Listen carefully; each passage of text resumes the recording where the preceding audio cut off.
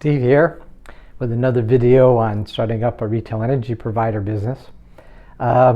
Today is sort of a review of what happens at the end of a business when you decided that for whatever reason you no longer want to be a retail energy provider. And you have to understand that unlike let's say having a grocery store, you can't just suddenly close up, lock the doors, and throw away the keys. Unfortunately, the state regulates pretty heavily in this regard because you're serving customers, something that's a necessity. And so they take it very seriously when you decide you're going to leave the state. So there's two aspects of the whole process. One is just the general cessation of service. That has to do with simply maybe you're in 5 states and you decide to withdraw from one and you want to continue doing business in the other states. In that case, there's just a process of cessation of service, and in many states it's fairly complex to do it. You have to notify the Secretary of State, the Commission, the LDCs. You have to notify the Department of Revenue, and you have to meet all these various requirements. And then you have to notify the customers. And sometimes the notice period for the transfer of the customers to another provider can be as long as 90 days. And you have to give out certain notices in advance so that the customer has a chance to basically switch to another provider of its choice rather than being dropped to a default provider if they fail to make that change. So it can be a complex process and time consuming. If you send out the notices, it may be 90 days before you can even begin the drop process.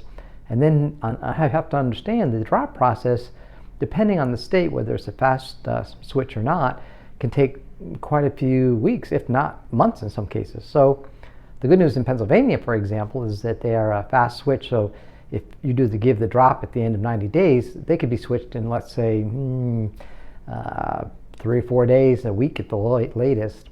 However, if you are in Ohio, it can take a long time based on the rules of those LDCs, and is frankly as long as 3 or 4 months before those final customers are off.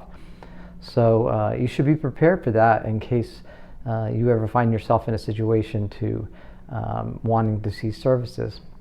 The second part of it is more of the formality of that. Once you've ceased services and no customers are being served, you really should think about surrendering your license, because as long as you're a licensee, whether or not you have any customers, you have to comply with the various regulation and requirements. So there's reporting, there's fee payments, there's RPS requirements, none of which you want to be on the hook for. So you want to get your license surrender process in place, and that also can take some time. And you have to check a lot of boxes to make sure the state is comfortable with letting you off the hook for any future liability. So because it is a complex set of rules, I decided to make your life easier in that horrible situation. You might have to leave the state or surrender your license, and compiled it all into a table, state by state, that lists what rules they have and what requirements you must follow, and even if there are any forms that you need to complete in order to complete the process, and the notice requirements to the customer. So I hope that will be helpful to you. You can find that form on my website in one of my blogs dealing with cessation of service and surrender of license, and you just simply if you want to download that table and keep it for future reference, and hopefully you never have to use it. But I just wanted to make sure that you have that in your back pocket, since we're looking at the potential life cycle of a retail energy provider, from both the startup to its ultimate death, if that's what happens. So I thank you for listening, and I will post another video next week.